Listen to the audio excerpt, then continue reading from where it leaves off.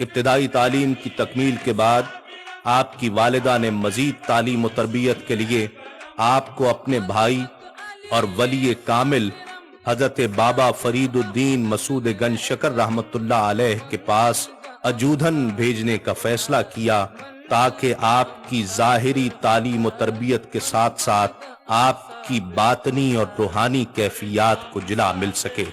حضرت بابا فرید الدین مسعود گنج شکر رحمت اللہ علیہ جیسے ولی کامل اور عالم دین کی مائیت سے بڑھ کر اس ہونہار بچے کے لیے کون سی درسگاہ ہو سکتی تھی۔ بابا صاحب جیسے ولی کامل کے لیے حضرت صابر پاک رحمت اللہ علیہ کی قلبی کیفیات سے آگاہ ہونا کوئی بڑی بات نہ تھی۔ بابا صاحب نے دل و جان سے اپنے حقیقی بھانجے علی احمد کا استقبال کیا۔ آپ ہمہ وقت اپنے ماموں کی خصوصی مہربانیوں اور نگہ التفات کا مرکز و محور رہتے۔ محبت کے لیے کچھ خاص دل مخصوص ہوتے ہیں، یہ وہ نغمہ ہے جو ہر ساز پر گایا نہیں جاتا۔ اجودھن میں بابا صاحب کی سرپرستی میں آپ نے عربی اور فارسی کی مزید تعلیم حاصل کی۔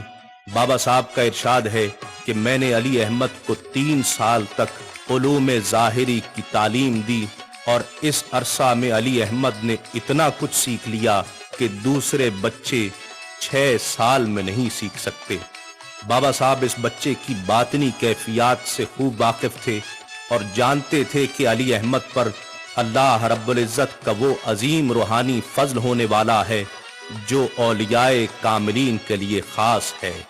25 شوال سن 603 ہجری بروز جمعرات بعد نماز عصر حضرت صابر پاک رحمت اللہ علیہ نے حضرت بابا صاحب رحمت اللہ علیہ کے دست حق پرست پر بیعت کی سعادت حاصل فرمائی۔ اس وقت حضرت صابر پاک کی عمر محض 11 سال تھی۔ یہ وہ لمحہ تھا کہ جس سے حضرت صابر پاک کی ریاضت اور مجاہدے کو ایک نئی جہت اور سمت عطا ہونی تھی۔ یہ خیال کر کے کہ کسی سے مانگنا آپ کی عادت نہیں ہے، حضرت بابا فرید الدین مسعود گنج شکر رحمت اللہ علیہ نے لنگر خانے میں لنگر تقسیم کرنے کی تمام تر ذمہ داریاں آپ کو سونپ دیں۔ درویشوں، مسکینوں اور مہمانوں کی خاطر مدارات اولیاء کاملین کا شیوا رہا ہے۔ یہی حضرت صابر پاک خود تو فاقہ کشی کرتے رہے اور دوسروں کو کھانا کھلاتے رہے۔ یہ خیال کہ مرشد نے لنگر تقسیم کرنے کا حکم دیا ہے، لنگر کھانے کا حکم نہیں دیا، صرف خیال نہیں، معراج خیال ہے۔ آپ نے 12 سال مرشد کے حکم کی تعمیل دل و جان سے فرمائی اور لنگر تقسیم فرماتے رہے، لیکن اس لنگر سے ایک دانہ بھی اپنے منہ میں نہ ڈالا۔ روزانہ روزے سے رہتے، 2 3 دن گزر جاتے۔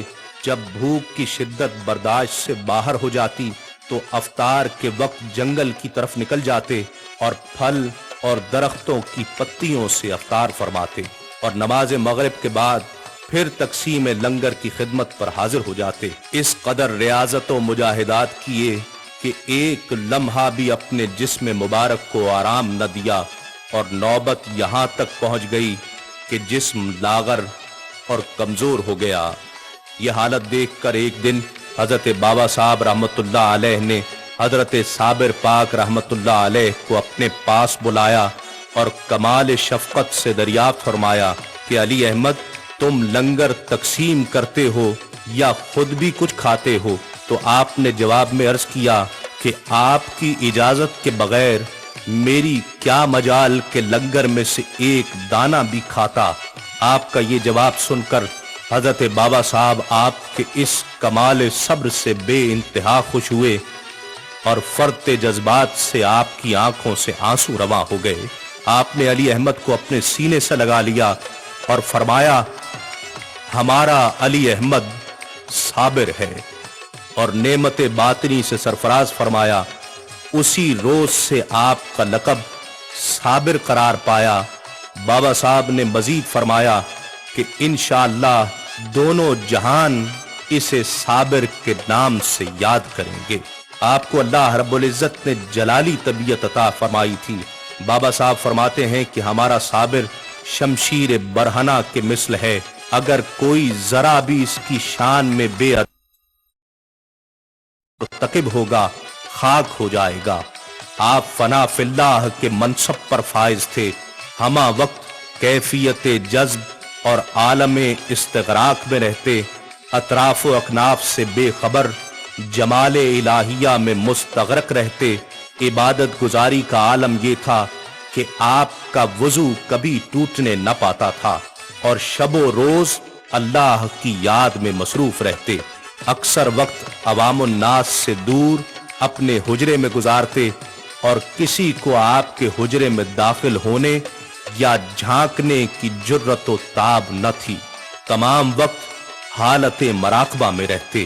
ایک روز آپ کی والدہ ہرات سے وجوداً پاک پتن تشریف لائیں، بیٹا جوان ہو گیا تھا، ماں کے دل میں بیٹے کے سر پر سہرا سجانے کی خواہش جنم لے رہی تھی۔ ماں نے اپنے بیٹے کے لیے اپنے بھائی حضرت بابا فرید الدین مسعود گنج شکر رحمت اللہ علیہ سے ان کی بیٹی کا رشتہ مانگا۔ بابا صاحب نے فرمایا کہ بہن مجھے کوئی اعتراض نہیں، لیکن علی احمد فنا فی اللہ کے منصب پر فائز ہے، حالت جذب میں رہتا ہے، ہمہ وقت جمال الہیہ میں مستغرق رہتا ہے۔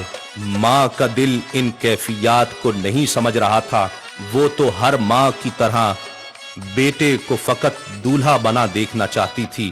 ماں نے بابا صاحب سے عرض کی کہ میرا بیٹا یتیم ہے، اسی لیے آپ اپنی بیٹی دینے سے پہلو تہی کر رہے ہیں۔ بابا صاحب نے فرمایا بہن ایسی بات نہیں، بہرحال مجھے تمہاری دل شکنی پسند نہیں ہے، میری طرف سے اجازت ہے، تم جب چاہو علی احمد کی شادی میری بیٹی سے کر سکتی ہو۔ والدہ کے اصرار پر 21 شوال سن 613 ہجری بروز بدھ بعد نماز عصر حضرت صابر پاک رحمت اللہ علیہ کا نکاح حضرت بابا صاحب کی صاحبزادی سے ہو گیا۔ رات ہوئی تو آپ کی والدہ نے آپ کے حجرے میں چراغ روشن کر کے دلہن کو حجرے میں پہنچا دیا۔ دلہن ادب و احترام میں دست بستہ کھڑی رہی۔ تہجد کے وقت آپ نے مراقبہ سے سر اٹھایا تو سامنے عورت کھڑی نظر آئی۔ پوچھا کون ہو اور یہاں کیوں کھڑی ہو؟ دلہن نے جواب دیا میں آپ کی زوجہ ہوں اور آپ کی خدمت گزاری کے لیے حاضر ہوں۔ آپ نے فرمایا میرا اللہ وحدہ لا شریک ہے، اس کی کوئی بیوی نہیں اور میں اس کا بندہ ہوں اور اس کے جمال میں مستغرق ہوں۔ یہ فرما کر آپ پھر مراقبہ میں مشغول ہو گئے۔ آپ کی زبان مبارک سے یہ الفاظ ادا ہونے تھے کہ یکدم حجرے میں انوار الہیہ کا نزول ہوا، جنہیں آپ کی دلہن برداشت نہ کر پائی اور بے ہوش ہو کر گر گئی اور کچھ دیر بعد اس دار فانی سے کوچ کر گئی۔ یہ حضرت صابر پاک کی نسبت کا فیض تھا کہ ان کی زوجہ کو بھی جلوہ نور الہی نصیب ہوا، لیکن وہ اس جلوہ کی تاب نہ لا سکیں۔ کچھ عرصہ بعد ہی 2 محرم الحرام سن 614 ہجری بروز جمعۃ المبارک آپ کی والدہ بھی اپنے خالق حقیقی سے جا ملی۔ والدہ کے انتقال کے بعد آپ کی استغراقی حالت شدت اختیار کر گئی اور اس کے بعد آپ نے لنگر تقسیم کرنا بھی ترک کر دیا۔ مقبولان حق پر ایک ایسا مقام بھی آتا ہے کہ وہ دنیا و ما فیہا سے بے نیاز ہو کر اللہ کی محبت میں اس قدر وارفتہ ہو جاتے ہیں کہ ان کے پیش نظر سوائے اللہ کے قرب کے اور کوئی مقصد حیات نہیں رہتا۔ والدہ کے انتقال کے بعد آپ مسلسل 9 سال کا عرصہ حالت استغراق اور عالم جذب میں رہے۔ اولیاء اللہ کا عالم استغراق اس قدر قوی ہوتا ہے کہ جسے دنیا کی کوئی طاقت ختم نہیں کر سکتی، کیونکہ یہ کیفیت اپنی پیدا کردہ نہیں ہوتی بلکہ عطا کردہ ہوتی ہے۔